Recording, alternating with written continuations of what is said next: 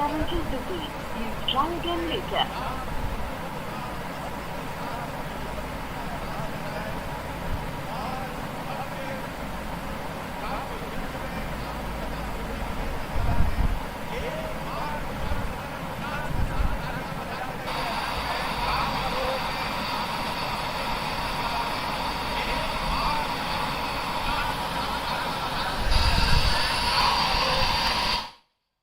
मैं फिर एक बार आपसे निवेदन करूंगा, पूरे उल्लास, उन्मुक्तता और मस्ती के साथ पूरा सदन ये एहसास कराए।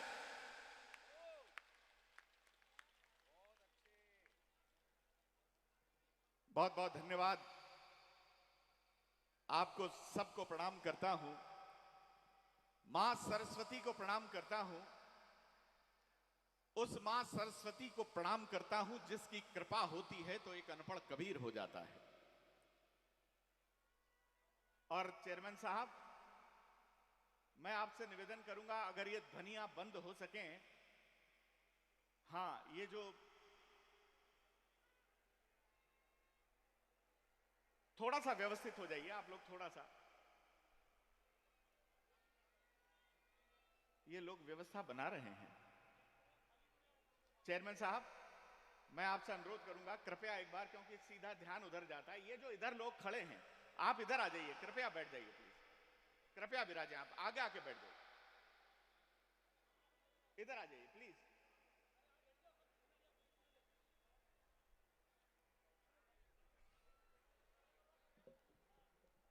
धरती से जुड़िए,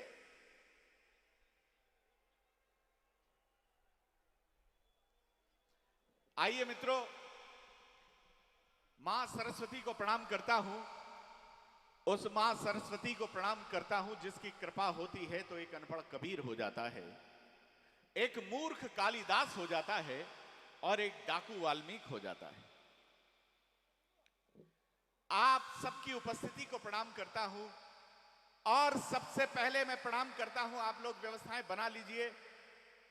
ये बड़ी बात है कि हमारे पार्षदगण सब धरती पर बैठे हैं, लगता है कि धरती से जुड़ गए हैं। जरा आप अपने सम्मान में एक बार तालियां बजा लें। इससे पहली बार मैं देख रहा हूं कि सारे पार्षदगण इतने सभी नीचे जमीन पर बैठे हुए हैं। आप सबको विनम्र प्रणाम करता हूं। मुस्तफा भाई बोहरा जी को, जयदीप जी को, दिलीप जी को ये भव्य नव्य और दिव्य कार्यक्रम सजाने के लिए और तमाम पार्षदगण को मैं बधाई देता हूं। कोरोना के बाद इतने चेहरे हंसते, खिलखिलाते, गुदगुदाते नजर आ रहे हैं। जरा आप अपने सम्मान में एक बार तालियां बजा दें।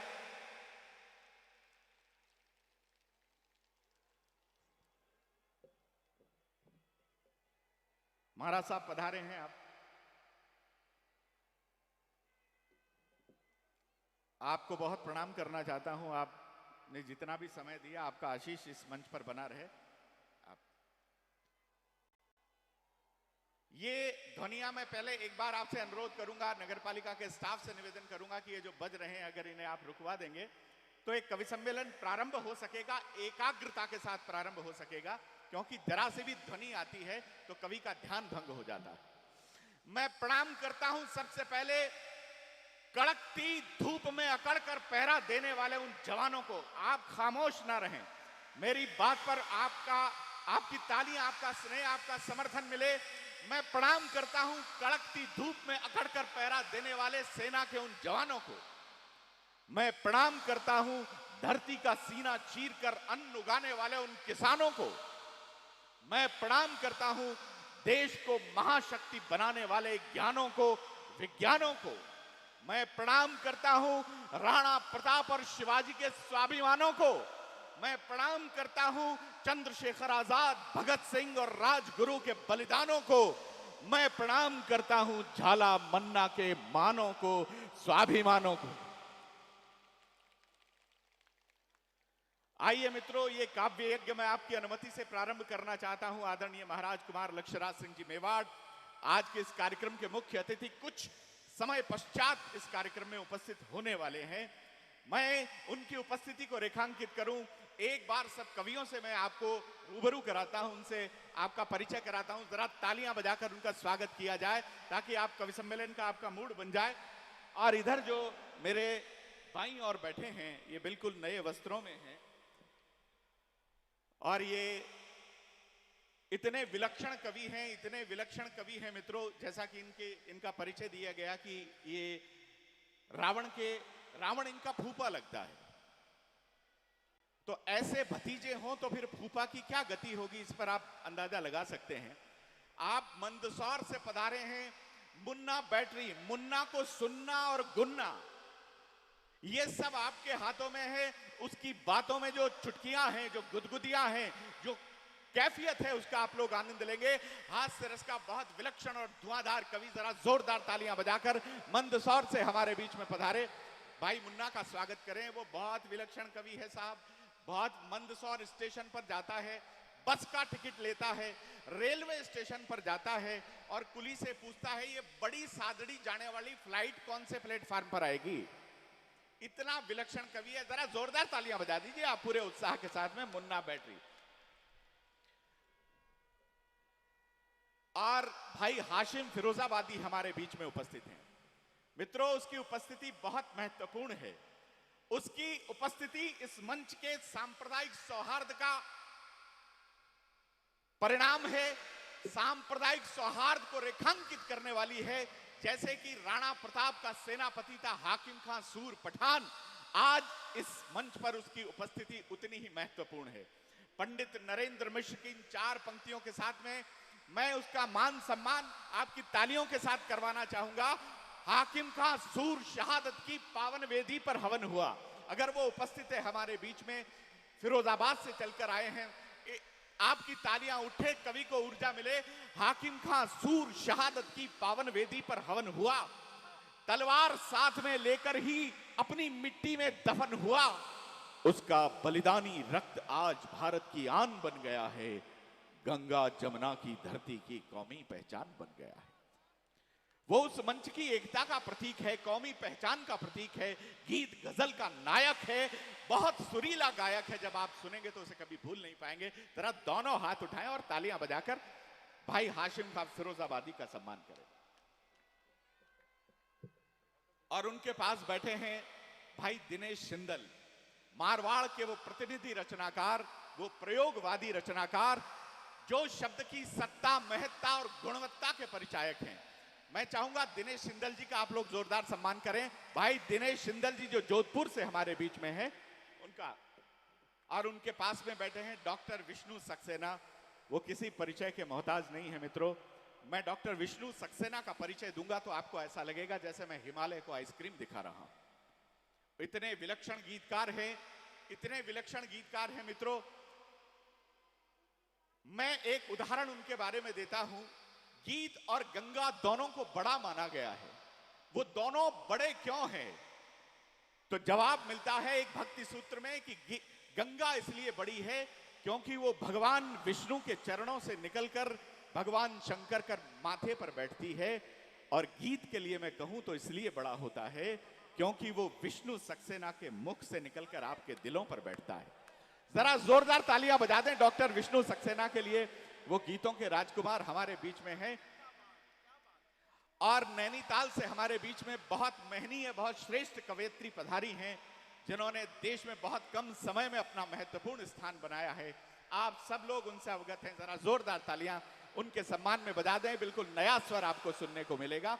वो पहले भी, जैसे मुझे जानकारी मिली है, कि शहर में आ चुकी हैं। जरा पूरा सदन उनका सम्मान करते। नारी शक्ति का प्रतीक हमारे मंच पर है।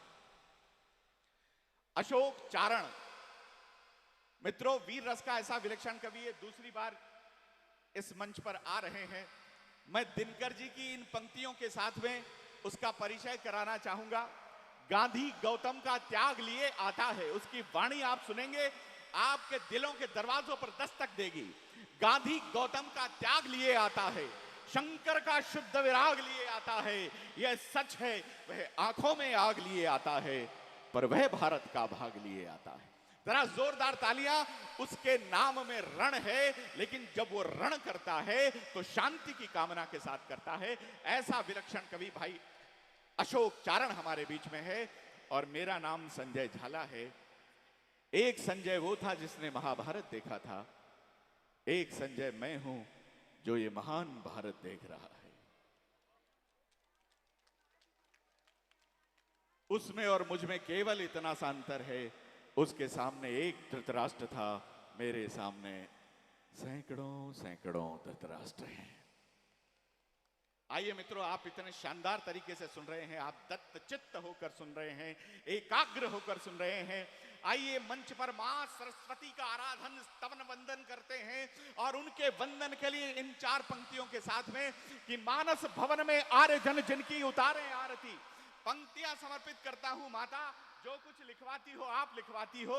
महाकवि बलवीर सिंह करुण कहते हैं, ये भाव टहनिया शब्द सुमन, ये रस पराग सुषमा सुगंध, इनमें मेरा क्या योगदान, ये सब माता के मधुर छंद। आप हमें प्रेरित करती है तो हम कलम चलाते हैं। 4 पंक्तियों के साथ आमंत्रित करता हूं। मानस भवन में आर्य जन जिनकी उतारे आरती। पंक्तियां संभालना, ये कवि सम्मेलन प्रारंभ करने जा रहा हूं। मानस भवन में आर्य जन जिनकी उतारे आरती, भगवान भारत वर्ष में गूंजे हमारी भारती। हे भद्र भावोद्भामिनी, हे भारती, हे भवगते, सीतापते सीतापते, गीतामते गीतामते। आइए मित्रों, मैं मां शारदा के स्तवन, उनके आराधन के लिए डॉक्टर विष्णु सक्सेना को आमंत्रित करना चाहूंगा। जरा डॉक्टर विष्णु सक्सेना पधारें। आप लोग तालियां बजाकर ये काव्य यज्ञ प्रारंभ करने की अनुमति प्रदान करें। डॉक्टर विष्णु सक्सेना।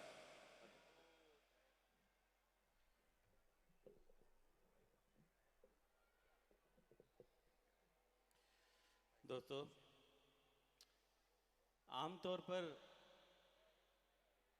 कवि सम्मेलन में सरस्वती वंदना कवित्री के हिस्से में जानी है। कवित्री के होते हुए अगर ये अवसर मुझे मिला है तो मैं पिछले जन्म का अपना कोई पुण्य मानता हूँ, जो माँ सरस्वती की वंदना करने का सौभाग्य मुझे मिला है।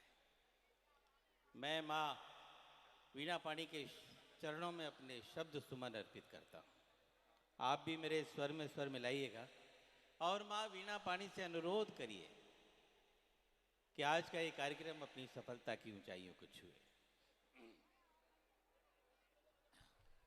हे सरस्वती माँ तुम्हारी प्रथम करता वंदना हूँ। हे सरस्वती माँ तुम्हारी प्रथम करता वंदना हूँ। काव्य ज्ञान प्रदान कर दो, आज करता प्रार्थना हूँ। हे सरस्वती माँ तुम्हारी कोश शब्दों का हृदय में दो मुझे वरदायनी। कोश शब्दों का हृदय में दो मुझे वरदायनी। गीत हो निर्माण तेरे, गीत हो निर्माण तेरे, आज करता याचना हूँ। हे सरस्वती माँ तुम्हारी प्रथम करता वंदना हूँ। काव्य ज्ञान प्रदान कर दो, आज करता प्रार्थना हूँ। हे सरस्वती माँ तुम्हारी।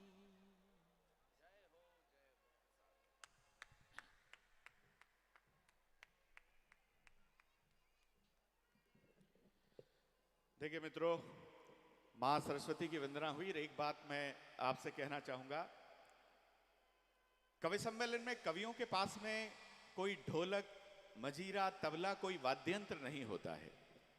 उसके शब्द होते हैं, वो शब्द आप तक पहुंचे और इसीलिए वो आपसे तालियों का आग्रह करता है, आपसे अनुरोध करता है कि आप लोग तालियां बजाएं, क्योंकि आपकी तालियां कवि की भावना का अनुमोदन है, उल्लास का उद्बोधन है और आत्मा का शोधन है। आप मेरी बात सुन रहे हैं तो जरा एक बार बता दीजिए, आपकी मनस्थिति बता दीजिए ताकि एक कवि सम्मेलन प्रारंभ किया जा सके। काफी है, इससे हमारा घर चल जाएगा। वाह, कोई बात नहीं, आप लोग कष्ट ना करें इतना, इससे कष्ट होगा। आइए हम प्रारंभ करते हैं इस कवि सम्मेलन को। मित्रों, प्रारंभ करते हैं। ये थोड़ी देर ये क्रम रोक लीजिए, इधर से ऐसा लग रहा है मनुष्य उत्पादन संयंत्र लगा हुआ है कोई। हाँ, थोड़ी देर के रोक भैया, हाँ रोक लीजिए इसको, हाँ इस द्वार को रोक लीजिए। आइए साहब पधारिए।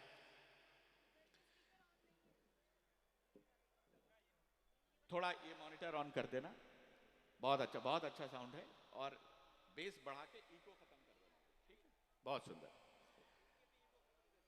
आइए मित्रों, कोरोना का ऐसा क्रूर काल आपने देखा है, लेकिन उसी कोरोना से आनंद लेने वाले ये कवि लोग हैं। एक दिन मेरी लुगाई ने मुझसे पूछा, मैंने पूछा अपनी लुगाई से, मैंने कहा कोरोना के से बचने के कोई 2 उपाय बताओ। आप लोग आनंद लेना, पंक्तियों पर आपके मन तक पहुंचे। तो मैंने कहा कोरोना से बचने के कोई 2 उपाय बताओ। तो वो बोली, पहला भीड़ में मत जाओ, पहला उपाय भीड़ में मत जाओ। और मैंने कहा दूसरा? बोले दूसरा है अगर भीड़ में जाओ तो फिर भाड़ में जाओ। ये बात, ये उल्लास धीरे धीरे उठेगा। आप देखिए परमात्मा ने क्या हमें दंड दिया है। स्त्री हो या पुरुष, किसी को मुंह दिखाने के लायक नहीं छोड़ा। तुम भी बैठ जाओ यार। हाँ, ऐसे खड़ा है जैसे ऋषिमुख पर्वत पर जामवंत खड़ा हो। बैठ जा, मुझे लग रहा है बहुत सम्मान के साथ सब लोग व्यवस्थित हो जाइए। कोरोना ने साहब हमें किसी को मुंह दिखाने के लायक नहीं छोड़ा। और आप आनंद लेना इन पंक्तियों का। इतनी बार हमने हाथ धोए, इतनी बार हाथ धोए कि ऐसा लग रहा था सारा हाथ से हाथ नहीं धोने पड़ जाए। और सबसे ज्यादा अन्याय हुआ प्रेमियों के साथ में। पूरे सदन की तालियां चाहूंगा इस बात पर। मुन्ना को बुला रहा हूं, हास्य का विलक्षण कवि है। सबसे ज्यादा अन्याय हुआ प्रेमियों के साथ में, क्योंकि परमात्मा ने सालों को वैलेंटाइन डे के दिन क्वारंटाइन कर दिया। और साहब जो ब्याह कर रहे थे, शादी कर रहे थे, उनके साथ भी बहुत बड़ा अन्याय हुआ। आपने देखा होगा कि बहुत सफेद किट पहनकर, कोरोना किट पहनकर ब्याह कर रहे थे। क्या मजबूरी आ पड़ी थी। दोनों ऐसे लग रहे थे जैसे साढ़े प्रेतात्माओं का ब्याह हो रहा हो। और अब बात का आनंद लेना। जो लोग घर में रहे, मुन्ना इस बात को समझता है, आप लोग इस बात को समझते हैं, जो पुरुष घर में रहे उनको मजबूरी वश अपनी ही पत्नी से प्रेम करना पड़ा। इस पर नगर पालिका के पार्षद ताली बजा रहे हैं। नगर पालिका के पार्षदों को मैं प्रणाम करता हूं, क्योंकि पहले ये लोग भगवान विष्णु के पार्षद थे, लेकिन दुर्वासा के श्राप के कारण ये नगर पालिका के पार्षद हो गए। जरा तालियां बजा दे एक बार। मुन्ना को उठाना चाहता हूं मैं जोरदार तालियों के साथ में, हास्य के उस धुआंधार कवि को जो मंदसौर से हमारे बीच में आया है, भाई मुन्ना बैटरी। जरा चले आओ, जोरदार तालियां, जोरदार तालियां। पूरा सदन एक बार हाथ उठाकर बजा।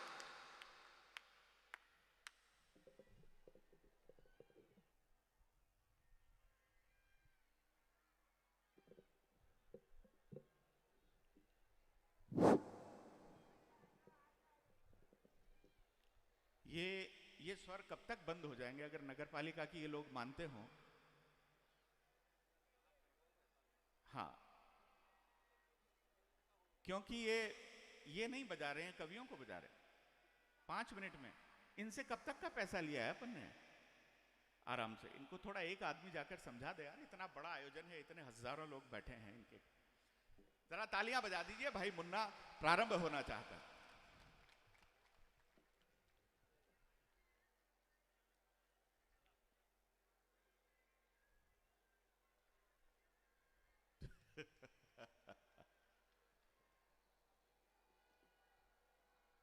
खामोश रहकर यूं खामोशी के तीर न चलाओ।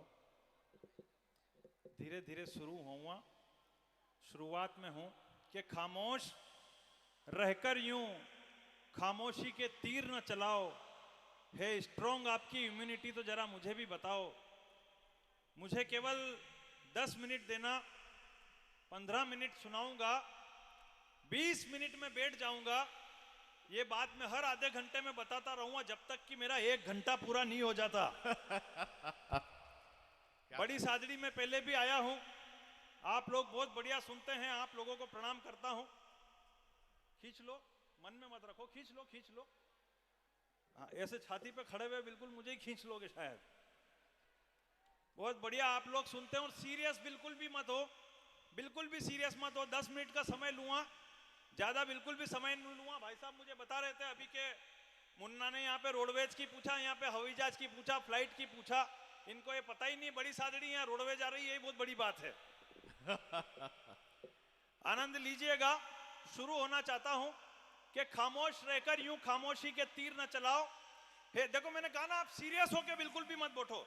एक तो क्या ये मालवा मेवाड़ का आदमी इतनी जल्दी सीरियस हो जाता मालूम नहीं पड़ता है। वो हमारे यहाँ पे रामलीला हो रही थी, बस शुरू हो जाना, मुन्ना बैटरी को शुरू कर देना, मस्ती से जोड़ने की शुरुआत करता हूँ। हमारे यहाँ पे रामलीला हो रही थी, रावण और अंगद का संवाद करवाना था दोनों में, तो अंगद की तबीयत खराब हो गई, तो उसकी जगह दूसरा अंगद पकड़ के लाए। वो जिस अंगद को पकड़ के लाए वो रावण की रिश्तेदारी में भतीजा लग रहा, और उनके चल रहा प्रॉपर्टी विवाद। तो वो अंगद के सदन में बेटा आदमी कहां जाके सीरियस होता है। आनंद लेना, मालवी भाषा समझ में आती? जरा हाथ खड़े कर देना एक बार। सब आती कि नहीं आती? आएगी क्यों नहीं? आप कौन सा लंदन में बैठे हुए हो? बैठे हुए तो आप भी मालवा मेवाड़ में ही हो। शुरू होना चाहता हूं। वो अंगद के दरबार, रावण के दरबार में पहुंचा अंगद। देखना आदमी कहां जाके सीरियस होता है। वो रावण और अंगद का संवाद करवाना, उनके चल रहा प्रॉपर्टी विवाद। वो अंगद पहुंचा सदन में, वो तो रावण बोले दुष्ट वानर, हम तुम्हें हमारे सदन में बैठने की इजाजत नहीं दे सकते। अब वो अंगद तो पहले ही भरा हुआ था काका जी के प्रति, उनके चल रहा प्रॉपर्टी विवाद, तो वो शुरू हुआ। बोले हाँ, बैठने की भी जगह मत दो, खेत पे जाने का रास्ता भी मत दो, कुएं का सब पानी तुम वापर रहे, तो हम क्या यहाँ सोयाबीन काटने के लिए पैदा हुए क्या? मतलब आदमी कहां जाके सीरियस होता मालूम नहीं पड़ता। लेकिन आप तालियों का उत्साह रखना, स्वागत है, स्वागत जाएगा। आप तालियों का उत्साह शुरू रखना कि आनंद लेना के खामोश रहकर यूं खामोशी के तीर न चलाओ। हे स्ट्रॉन्ग आपकी इम्यूनिटी, तो जरा मुझे भी बताओ। देखो ये मालवा मेवाड़ में आता है। मैं 4 पंक्तियां पढ़ना चाहता हूं, सदन की बड़ी तालियां देखना चाहता हूं।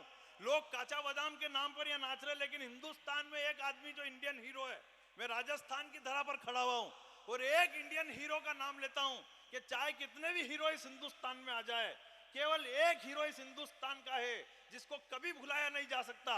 मैं पंक्तियां पढ़ता हूं और आपकी बड़ी तालियां पीछे तक देखना चाहता हूं कि तपता सूर्य जिसके ललाट पर चमकता था, राजस्थान की धरा पर खड़ा हूं। बस शुरू कर देना मुन्ना बैटरी को कि तपता सूर्य जिसके ललाट पर चमकता था, शौर्य का लावा जिसकी भुजाओं में उबलता था, खौफ का दृश्य कुछ ऐसा था उस बलशाली का कि रण में भरते हुंकार पूरा रणक्षेत्र दहलता था।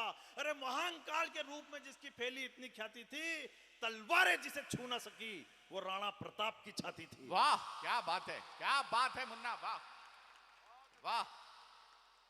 ऐसा उत्साह बना के रख। देखो मैं तो हास्य रस का कवि हूं, मैं ऐसी बीच बीच में बातें करता रहूंगा। हमारे भिलवाड़ा के एक बड़े कवि है राजेंद्र गोपाल जी व्यास, उन्होंने कहा है कि जिस तार के अंदर करंट नहीं होता है उस पर लोग चड्डी बनियान सुखा देते हैं।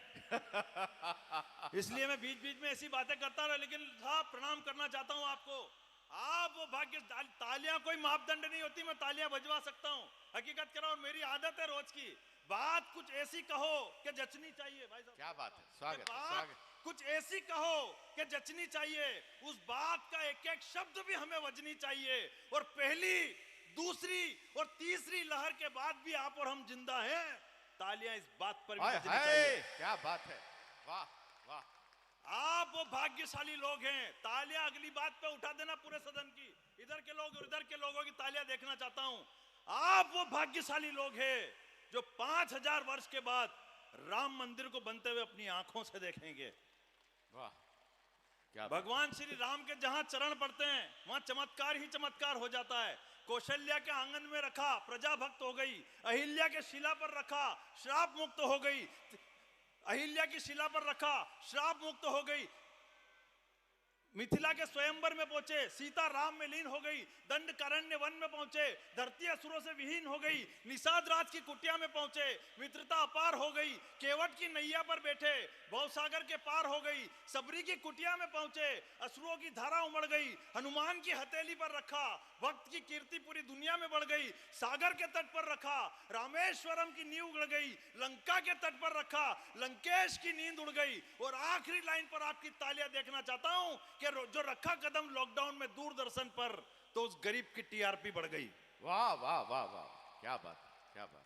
वो लॉकडाउन के दौरान मेरे पड़ोस के एक बुआ जी ने बोला, बोले भला हो इस कोरोना का जो राम जी के दर्शन करा दिए। मैंने कहा बुआ जी ये तो अच्छा रहा आपको कोरोना हुआ नहीं वरना यमराज के भी हो सकते थे। आनंद है जीवन में, हकीकत करो। और ये आनंद देके जाऊंगा, मस्ती देके जाऊंगा, कि तीनों हकीकत करो, आनंद और मस्ती देकर जाऊंगा कि खामोश रहकर यूं खामोशी के तीर न चलाओ। अभी भी आप लोग खुले नहीं है, आनंद पूरा न देखो। एक तो क्या है, कोरोना का इतना लंबा समय निकला है, हम लोग इतने सारे जितने भी मंच के लोग हैं इतने टाइम बाद मंच पे उतरे हैं। मेरे को तो ऐसा लग रहा है आज जैसे मैं जेल से जमानत पे ही छूट के आया हूं। क्या बात। और सही कह रहा हूं, सजा भी उस जुल्म की काटी जो हमने किया ही नहीं है। जो जुल्म हमने, वो चमकादड़ का सूप चाइना वाले पी गए, सही कह रहा हूं, और पेमेंट इन कवियों ने भरा 18 महीने तक घर में रहकर लेकिन 4 पंक्तियां पढ़ता हूं, पुराना मुझे कुछ याद है नहीं और नया अभी तक रटाया है नहीं। इनके बीच में जो 4 पंक्तियां पढ़ता हूं, बड़े लोग बैठे हैं, पानी देना। स्वागत है, स्वागत है, स्वागत। देखो मैं बैटरी हूं, बीच बीच में डिस्टिल वाटर भी डालता रहूंगा। बस 4 पंक्तियां पढ़ता हूं और खुल जाना कि कोरोना में जो आपके साथ हुआ है और जो मेरे साथ हुआ है, मैं यहां से कबूल कर रहा हूं, आप कबूल नहीं कर रहे हैं, कि दिल की हसरतों को दिल में दबाना तक सीख गए। माता बहनें भी यहां बैठी हुई है इतनी सारी। अगर ये घटना घटी हो तो आपके पीछे तक के लोगों की तालियां देखना चाहता हूं कि दिल की हसरतों को दिल में दबाना तक सीख गए। सुबह सुबह लड़ते हैं और शाम को मनाना तक सीख गए। और लॉकडाउन का असर कुछ यूं पड़ा जिंदगी पर कि पोछा लगाने से लेके पराठे बनाना तक सीख गए। हाय, क्या बात है, क्या बात है। आनंद है जीवन की, हकीकत कह रहा हूं कि खामोश रहकर यूं खामोशी के तीर न चलाओ।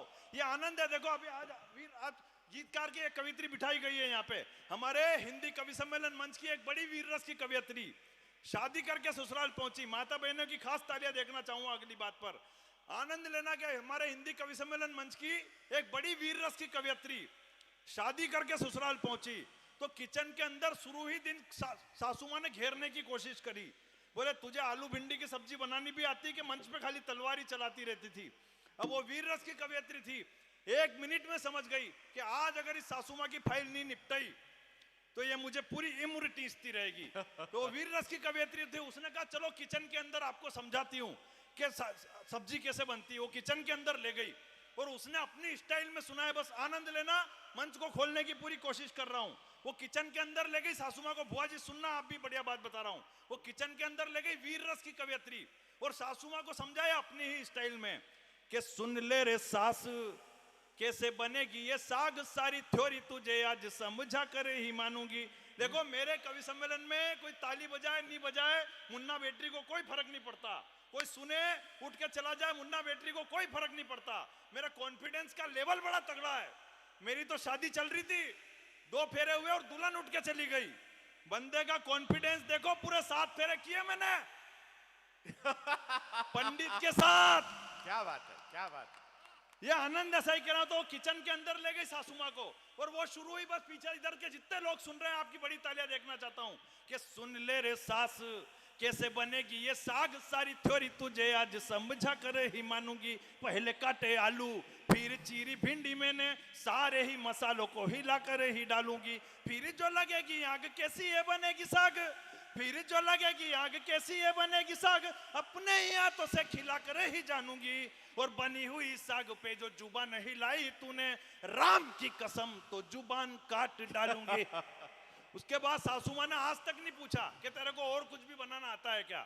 ये आनंद की बात चलती रहेगी कि खामोश रहकर यूं खामोशी के तीर न चलाओ। एक बार जरा ढंग से ताली बजाओ, पीछे तक के लोग जितने सुन रहे हो।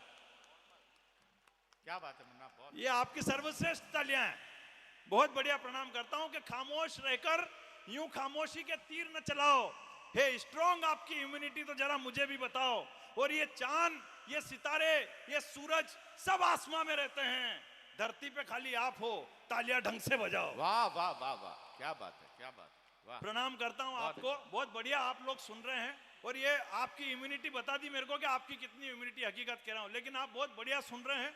देखो कोरोना का इतना बड़ा काल हमारे सामने गुजरा है, इम्यूनिटी की बहुत सारी बातें हुई, मैं तो हकीकत कह रहा हूं इम्यूनिटी की हालत इतनी हो गई है देश में कि किराने की दुकान पे भी जाओ, मैं अभी एक किराने की दुकान पर गया था, तो वहां पे दुकानदार ने मेरे को बोला, मैंने कहा एक हेयर कलर दे दे, बोले इम्यूनिटी वाला दे दूं क्या?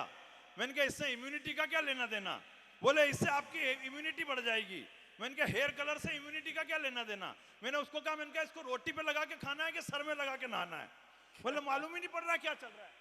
क्या बात है। सही कह रहा हूं। और मैं तो आप लोगों को भी कहता हूं कि अगर आपको तुरंत अपनी इम्यूनिटी बढ़ानी है तो किसी भी न्यूज चैनल की डिबेट को लगातार 2 घंटे सुन लो, आपकी खुद की इम्यूनिटी इतनी बढ़ जाएगी कि आप अकेले जाके पाकिस्तान को निपटा कर आ जाओ। सही कह रहा हूं। जिस दिन हिंदुस्तान में रफेल आया, तालियां आपकी बड़ी देखना चाहता हूं कि जिस दिन हिंदुस्तान में रफेल आया, मैंने 2 घंटे एक न्यूज चैनल को लगातार सुन लिया, मेरी खुद की इम्यूनिटी इतनी बढ़ गई कि घर के बाहर रखा हुआ स्कूटर भी मेरे को रफेल जैसा नजर आ रहा। और तालियां तो अगली बात पे बजाना कि वो पड़ोसी जिससे मेरी नहीं बनती, उसकी शकल में मेरे को जिम्पिंग नजर आने लग गया। ये तो अच्छा रहा कि मेरी वाइफ ने मेरे को तुरंत सब्जी लेने के लिए मार्केट भेज दिया, वरना मैंने तो चाइना पे अटैक करने का मूड बना लिया था। तालियां बजा एक बार जरा ढंग की। अरे क्या बात। एक तो क्या बहुत बढ़िया, हाँ ठीक है, होता है सब, बहुत बढ़िया सुन रहे हैं। तो देखो मैं तो हकीकत कह रहा हूं, बढ़िया लोग आप बैठे हैं, लेकिन साहब बड़े लोग यहाँ बैठे हैं, मैं तो सरकार से निवेदन करता हूं कि पाकिस्तान और चाइना के मुद्दे भी एक बार देश की सेना के साथ साथ उत्तर प्रदेश की पुलिस को भी देख लेने चाहिए। हो सकता है कभी मामले जरा जल्दी निपट जाए। तालियां आपकी अगली बात पे देखना चाहता हूं कि जिन फैसलों को लेने में सरकार और कोर्ट देरी करती है, उन फैसलों को कभी कभी पुलिस वाले 2 घंटे में ही निपटा मारते हैं। वाह। मैं अपनी 4 पंक्तियां जो सबसे ज्यादा वायरल है, वो 4 पंक्तियां पढ़ना चाहता हूं। बड़े लोग यहाँ बैठे हुए, मैं आपको भी प्रणाम करना चाहता हूँ। बोहरा समाज के लोग मेरे सामने बैठे हैं, मैं आपको भी प्रणाम करता हूँ। मुस्तफा भाई नगर पालिका अध्यक्ष को भी मैं प्रणाम करना चाहता हूँ, और प्रणाम इसलिए भी करना चाहता हूँ, इस बड़े सदन की तालियां अगली बात पर उठेगी कि ईद के दिन मैं प्रणाम करता हूँ। डॉक्टर सैयदना साहब ने ईद के दिन कहा था कि जिस देश में रहो उसके वफादार बनकर रहो। वाह क्या बात। प्रणाम करता हूं, लेकिन मैं अपनी 4 पंक्तियां जो सबसे ज्यादा वायरल है वो पढ़ना चाहता हूं। इधर के लोग और इधर के लोगों की तालियां देखना चाहता हूं। या तो एक भी ताली नहीं बजे, मुन्ना बैटरी को बिल्कुल भी दुख नहीं होगा, लेकिन बजे तो आपकी पूरी सदन की तालियां देखना चाहता हूं कि इंसाफ नहीं मिलेगा यहां लिखने से मोबाइल में। मैं राजस्थान की धरा पर खड़ा हूं, माता बहने मेरे सामने बैठी हुई है कि इंसाफ नहीं। ये मोबाइल बंद कर लो जरा 2 मिनट के लिए। क्या मतलब है, यहां से ले जाके अपनी गर्लफ्रेंड को दिखाओगे और उसकी फ्रेंड रिक्वेस्ट फिर मेरे पास आ जाएगी? मतलब क्या? अरे आनंद लो ना यार जीवन में। एक तो क्या है, मोबाइल से इतने परेशान है, हकीकत करना यहाँ फेसबुक भी चलाते होंगे, कितने लोग चलाते फेसबुक? जरा हाथ खड़ा करना एक बार। आप तो ऐसे डर रहे जैसे मैं उतर के बंद करा दूंगा। फेसबुक का अलग काम है, इंटरनेट पे दिखा रहे फेसबुक का नया खेल, थोबड़ा भी उसका लाइक करना जिसकी खोपड़ी में खोपरे का नहीं तेल। सब एक दूसरे की वाल पे फोकट चक्कर खा रहे, और छोरे छोरियों के नाम से प्रोफाइल बना के छोरों को उल्लू बना रहे। छोरे छोरियों के नाम से प्रोफाइल बना के छोरों को उल्लू बना रहे। ये फेसबुक का खेल है निराला। जिस छोरी को मैंने रिक्वेस्ट भेजी वो निकला मेरा साला। एक छोरा एक छोरी के हर बात में राजी है, वो छोरे को पता ही नहीं कि उसी के पिताजी है। 12 बजे उठने वाले सुबह 5 बजे उठ के गुड मॉर्निंग का स्टेटस चिपका रहे, और जिसको मोहल्ले में कोई नहीं पूछता वो भी फेसबुक पर हजार दोस्त बना रहे। और काश ये फेसबुक की सुविधा द्वापर युग में भी होती। आखिरी पंक्ति पर आपका बड़ा मन चाहता हूं कि काश ये फेसबुक की सुविधा द्वापर युग में भी होती, तो भगवान श्री कृष्ण को ढूंढने में गरीब सुदामा को इतनी तकलीफ नहीं होती। क्या बात है, बहुत सुंदर, बहुत सुंदर, बहुत अच्छा। लेकिन मैं वो 4 पंक्तियां पढ़ता हूं, तालियां बड़ी देखना चाहता हूं राजस्थान के लोगों की कि इंसाफ नहीं मिलेगा यहां लिखने से मोबाइल में। हिंदुस्तान में किसी बेटी के साथ जब कोई दुराचार हो जाता है तो हम केवल फेसबुक पर अपनी एक पोस्ट डाल के अपने कर्तव्य की तीसरी कर लेते हैं, लेकिन इस हिंदुस्तान में अब होना क्या चाहिए? मैं 4 पंक्तियां अपनी पढ़ता हूं और आपका आशीर्वाद देखना चाहता हूं कि इंसाफ नहीं मिलेगा यहां लिखने से मोबाइल में। अब वही करना है जो होता है अरब और इजराइल में, और चाहते हो कि सुरक्षित रहे बेटियां इस देश में, तो बलात्कारियों को निपटा दो हैदराबाद स्टाइल में। वाह क्या बात है, क्या बात। पुलिस अपना काम ईमानदारी से करना चाहती है, लेकिन दुख तो तब होता है जब पुलिस के ऊपर पत्थर फेंके जाते हैं, थूका जाता है और कोई मानव अधिकार वाला उनके समर्थन में जाकर खड़ा नहीं होता। तब चार पंक्तियां पुलिस के सम्मान में पढ़ना चाहता हूं कि एक खाकी के जीवन में कितना दर्द। पुलिस वालों का कोई कम टेंशन होती है क्या? हिंदुस्तान में पुलिस वालों के सबसे ज्यादा टेंशन होती है। वो पिछली केंद्र की सरकार में एक मिनिस्टर साहब ने घोषणा कर दी थी, बोले अब जो खुले में शौच करने जाएगा उसे पकड़ के अंदर बंद कर देंगे। कौन कर रहा बंद? मिनिस्टर साहब आ रहे बंद करने के गांव के लोग एक दूसरे को करेंगे। करना बेचारा इन पुलिस वालों को, इनके जीवदोरी कितनी टेंशन हो गई। सुबह 5 बजे मुखबिर का फोन आएगा कि भेरियो खेत की वागड़ पे बिठो, इन गिरफ्तार करो। ने वो अगर ढीले ढीले पहुंचे ने भेरिया निपट ले तो वाह वाह, क्या और ज्यादा टेंशन। उसको भी लोन सबूत भी तो को। यहां तालियां बहुत बढ़िया बजती है। ने वो अगर थाने पे जाए, तालियां अगली बात पे बजाना, वो अगर थाने पे जाए बन नट जाए कि ये मेरी है ही नहीं। तो पुलिस वालों की टेंशन, हकीकत क्या है हिंदुस्तान में पुलिस वालों की कितनी टेंशन है। मेरे शहर में तो पुलिस वालों ने जगह जगह व्यवस्था कर रखी। गांधी चौराहे पे कैमरा लगा रखा, रेलवे स्टेशन पे कैमरा लगा रखा, बस स्टैंड पे कैमरा लगा रखा। तो और पुलिस वालों की टेंशन हो गई।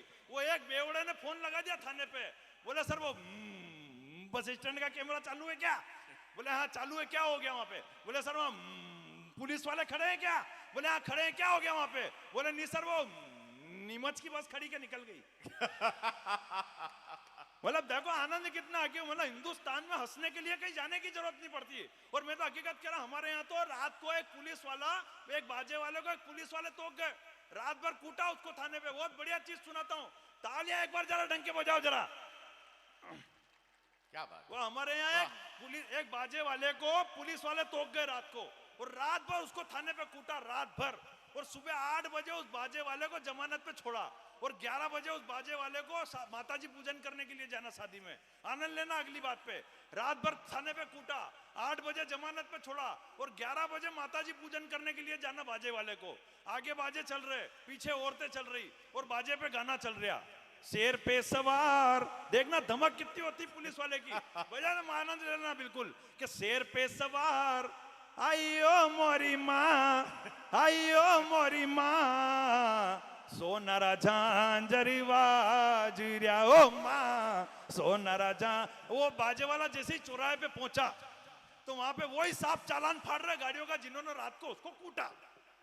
तो बाजे वाले की निगाह सांप पे पड़ी और सांप की निगाह बाजे वाले पे पड़ी। तो बाजे वाला देख के ही संपट भूल गया, गाना ही चेंज। रात भरी कूटा। ऐसे नहीं, ढंग से तालियां बजाओ तो पूरी करूंगा। क्या बात है मन्ना, बहुत अच्छे, बहुत रात भरी कूटा, लटका के मोरी माँ, लटका के मोरी माँ, सोनारा झांझरी बाजरिया ओ माँ, हाथ पग मारा बाज। बोला हिंदुस्तान में हंसने के लिए कहीं जाने की जरूरत नहीं पड़ती। और वैसे भी गीता के 19वें अध्याय में लिखा है, यदि तुम ब्रह्मांडस्य कस्य चित्पि प्राणिनाम वसितुम शक्नोति तत्वा बृहदाय कविनाम सम्मेलनाम करिष्यामि। नहीं आपको इसका मतलब मालूम है क्या? नहीं मालूम है तो काहे के लिए हंस रहा हूं? मैं बता रहा हूं नहीं यहाँ से। हालांकि देखो मालूम तो मेरे को भी नहीं है, ये तो मैंने कहीं पढ़ा था, मन का पढ़ दो, जब से होगा समझ में आएगा। तो फिर भाई साहब ने मेरे को बताया, बोले बेटा गीता के 19 अध्याय होते ही नहीं है, 18 पे ही खत्म हो जाती है। तो मैंने कहा जीवन में भाई साहब गुरु का होना कितना आवश्यक है, जीवन में बड़े गुरु लोगों का होना कितना आवश्यक है। और इनके जैसा गुरु हो तो आदमी का बेड़ा ही पार हो जाता है। पहली बार लेगा मेरे को बेंगलोर हवाई जहाज में बिठा के, पहली बार हवाई जहाज के अंदर इन्होंने बॉक्स के अंदर अटैची रखी और जेब से जंजीर निकाल कर ताला चाबी कर रहे हवाई जहाज के अंदर। मैंने कहा भाई साहब ये दृश्य तो मैंने रेल के अंदर देखा है। बोले तू पहली बार बैठा, तेरे को नॉलेज नहीं है। रेल के अंदर अगर कोई अटैची लेके भागता तो उसे दौड़ के पकड़ सकते हैं। हवाई जहाज के अंदर कोई भगा तो मैं नीचे थोड़ी कूदूंगा क्या? तो उस दिन मेरे को लग गया कि भाई साहब का जैसा गुरु होना कितना आवश्यक है। हालांकि देखो मेरे को गीता का नॉलेज भी होता तो मेरे को कौन सी पंडिताई करनी थी, और बहुत सी बात जो आजकल पंडिताई करते हैं उनको भी नॉलेज नहीं होता है। मेरे मोहल्ले में राम कथा हुई, पंडित जी ने वृतांत सुनाया, बोले हनुमान जी श्रीलंका के अंदर कूदे और रावण की धोती धू धू करके जलने लगी। तो मैंने कहा पंडित जी ये दृश्य तो मैंने कभी देखा ही नहीं। तो पंडित जी ने तुरंत डैमेज कंट्रोल किया, बोले नहीं बेटा आग तो हनुमान जी की पूंछ में ही लगी थी, रावण की धोती तो धो के ना तार पर सुखा रखी थी, उसने आग पकड़ ली। बोला अपने हिंदुस्तान में डैमेज कंट्रोल करने में सब माहिर है, और हम कभी क्या है, हम खुद डैमेज कंट्रोल करने में माहिर है। मैं यहाँ खड़े रह के डैमेज कंट्रोल ही कर रहे हैं और कर क्या रहे हैं? हम कभी डैमेज कंट्रोल कर, और मैं तो हकीकत कह रहा हूं, अगली बात पे ढंग से तालियां, हम डैमेज कंट्रोल करने में माहिर है। अभी हमारे क्या है, एक तो यहाँ कांग्रेस की गवर्नमेंट है राजस्थान में, हमारे मध्य प्रदेश में भी कांग्रेस की गवर्नमेंट थी, भाजपा वाले ने थोड़ी मेहनत कर ली तो हमारे उधर भाजपा की हो गई, ठीक है ना। इधर कांग्रेस की गवर्नमेंट है और हमारी हालत खराब है अभी कवियों की मंचों पे, 90% कवि भाजपा वाले, और जिसको देखो, हकीकत कह रहा हूं, जिसको देखो वही हमको होटल में आके चमका के जाता है। राहुल गांधी के खिलाफ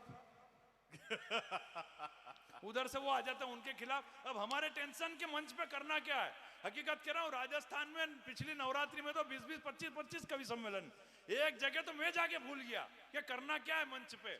मैं गया और मैंने जो राहुल जी को उधेड़ना शुरू किया, और सामने ऐसे अध्यक्ष जी बैठे हुए और ऐसे ऐसे कर रहे हैं, और मेरे को लग रहा है कि इनको मजा आ रहा है, तो मैंने और उधेड़ना शुरू किया। फिर नीचे से एक पर्ची आई, बोले बेटा मंच कांग्रेस का है, आज पेमेंट लेके जाएगा कि अटैची भी यहीं छोड़ के जाएगा। तो मैंने तुरंत डैमेज कंट्रोल किया, और जो डैमेज कंट्रोल किया, ताली उस बात पे बजा, मैंने तुरंत डैमेज कंट्रोल किया। मैंने कहा राहुल, अगर 97 पे आउट नहीं होता तो भारत आज वर्ल्ड कप जीत जाता। अध्यक्ष जी ने फिर नीचे से बैठ के ताली बजा दी। मुझे हमारे क्या, हम तो डैमेज कंट्रोल करने में माहिर है, और हम तो किसी पार्टी पॉलिटिक्स का करते भी नहीं है। अभी एक मंच से उत्तर प्रदेश के चुनाव में एक मंच से राहुल जी ने घोषणा कर दी, बोले मैं पांडव हूं, बाकी सब कौरव है। अभी मंच से घोषणा करी, बोले मैं पांडव हूं, बाकी सब कौरव है। तो पूरे भाजपा के लोग उनके पीछे पड़े, बोले कैसे कह दिया अपने आप को आपने पांडव, कैसे कह दिया अपने आप को आपने पांडव। तो राहुल जी ने पीए से पूछा, कौन थे रे पांडव? बोले तेने बुलवा तो दिया मेरे से, मेरे को तो ध्यान ही नहीं कौन थे पांडव। तो पीए ने बताया, सर ये पांडव जो थे ये महाभारत के एक पात्र थे। बोले नहीं, दिखाओ मेरे को कौन थे पांडव। आखिर कार्यालय पे टीवी मंगाई गई, टीवी के अंदर महाभारत चलाई गई। अब संजोग से वो वाला दृश्य चल गया, इधर पांडव मुंह लटका कर बैठे हुए, इधर द्रौपदी की साड़ी खींची जा रही, ऊपर से ऐसा करके भगवान श्री कृष्ण साड़ी दे रहे। तो ये दृश्य देख के राहुल जी को गुस्सा आ गया, बोले क्या दिखा रहे हो मेरे को। बोले हिंदुस्तान में हंसने, हालांकि देखो मैं तो भाजपा कांग्रेस करता ही नहीं, अपने क्या है, मेरे शहर में भाजपा कार्यालय से मेरे को फोन आया, अभी हमारे मध्य प्रदेश में योजना आई थी काम के बदले अनाज, तो मेरे को पार्टी कार्यालय से फोन आया, बोले भाई साहब वो मंत्री जी निकल गए भोपाल से, वो जब तक नहीं आए तब तक आप थोड़ी देर पब्लिक का मनोरंजन कर देना। मैं भी चला गया, योजना थी काम के बदले अनाज, मैं जाके और शुरू हो गया, मैंने सुना, थोड़ी देर मस्ती थी, बाद में मंत्री जी आए, योजना समझे काम के बदले अनाज, और वो निकल गए। बाद में फिर मैंने पार्टी कार्यालय से कहा, मैंने कहा भाई साहब अब हमारा हिसाब कर दो, तो 1.5 किलो गेहूं मेरे को दिए। मैंने कहा भाई साहब ये क्या? बोले बेटा योजना यही थी काम के बदले अनाज। बोला हंसने के लिए हिंदुस्तान में जाने की कहीं जरूरत नहीं पड़ती, और अपन तो हिंदुस्तानी लोग हैं, अपन तो कम में ही खुश हो जाते हैं। मैं भी जयपुर गया था कवि सम्मेलन में, वहां पे मेरे को एक अंग्रेज मिल गया, मैंने उस अंग्रेज से पूछा, मैंने कहा तुम अंग्रेज लोग खुश कब होते हो? पूरे हिंदुस्तान में इधर उधर घूमते रहते हो, तुम्हारे चेहरे पे मैंने आज तक कभी खुशी नहीं देखी, तुम लोग खुश कब होते हो? तो अंग्रेज बोला हमारे यहाँ जब कोई बड़ी मिसाइल बना दी जाती है, किसी दूसरे देश पे अटैक कर दिया जाता है, हमारे यहाँ की जीडीपी ग्रोथ बढ़ जाती है, तब जाके हमारे चेहरे पे मुस्कुराहट आती है। अब उस अंग्रेज ने पकड़ के मुझसे पूछ लिया, बोले तुम हिंदुस्तानी लोग खुश कैसे होते हो? और मैंने जो जवाब दिया पीछे तक आनंद ले लेना, उस अंग्रेज ने पकड़ के मुझसे पूछ लिया, बोले तुम हिंदुस्तानी लोग खुश कैसे होते हो? मैंने कहा हमारे यहाँ तो खाली तरबूज मीठा निकल जाए। तो भगवान की सौगंध, उसमें भी आसपास के 4 लोगों को जाके बताते हैं, बोले आज केवल आधा किलो का लाए थे और पूरा का पूरा लाल निकल गया। बोले अपन तो कम में ही खुश हो जाते। एक और खुशी आपको बताता हूँ, आनंद लेना। आप शाम को ठीक 7 बजे जी न्यूज देख रहे हो, देखो अपन छोटी छोटी खुशी में खुश हो जाते हैं। आप शाम को ठीक 7 बजे जी न्यूज देख रहे हो, अचानक भाभी जी आए, आपके हाथ से रिमोट छीन लिया और इन्होंने दिया और बाती चला लिया, और 1 मिनट बाद लाइट चली जाए, ऐसी खुशी निकल के आती जैसे पाकिस्तान पे कूटनीतिक जीत हो गई हो अपनी। बोले अपन कम में ही खुश। एक और खुशी आपको बताता हूँ, ये तो आपके साथ घटी ही होगी, सही कह रहा हूँ। गलती से आपके यहाँ 2000 का बिजली का बिल आ जाए, आप पूरे दिन टेंशन में, 2000 का बिजली का बिल आ गया, 2000 का बिजली का बिल आ गया, लेकिन जैसे ही आपको पता चले कि पड़ोसी के 4000 का आया है, ऐसे नहीं, तालियां ढंग से हो जाए जरा एक बार। बात है, वाह, हे कर रहे तालियां कम, अरे वाह, सही कह रहे हैं। ये कम में अजय ये भी कम में खुश सही मतलब अपन कम में खुश है। और देखो मेरे पास कई टेक्निक है, हकीकत कह रहा हूँ। समाप्त कर दूं ज़्यादा? नहीं, आराम से प्लीज, हाँ थोड़ी देर और आराम से। प्राण तो पूरे पीऊंगा आया हूँ। सुन रहे हैं तो बड़ी सादड़ी के लोग हैं, बढ़िया ही नहीं, सुनते कमाल हैं। सुन रहे हैं और बहुत दत्तचित्त होकर सुन रहे अरे हैं। जरा श्रोताओं अपने लिए एक बार जोरदार तालियां बजा दो और एक बार वाह। जरा पूरा सदन एक बार जिस शानदार तरीके से वो काव्य पाठ कर रहा है। पूरा सदन की भी कहता तो लोड इन्होंने ही ले रखा। मतलब ये समझते हैं पूरे सदन का लोड भी इन पार्षदों पे ही दे रखा हमने, हम काहे के लिए बजाएं। आनंद मतलब अपन तो कम में देखो मेरे पास टेक्निक है कई तरीके की है, वो हकीकत के ना तालियां